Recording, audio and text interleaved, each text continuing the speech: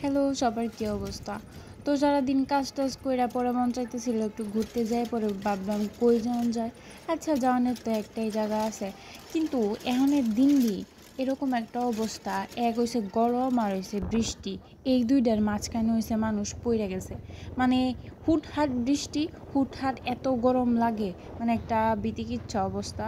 তো কি করবাম? শরীর খারাপ লাগলেও মানে শত ব্যস্ততা থাকলেও একটু না বাইর হইলে আসলে মনটা ভাল লাগে না।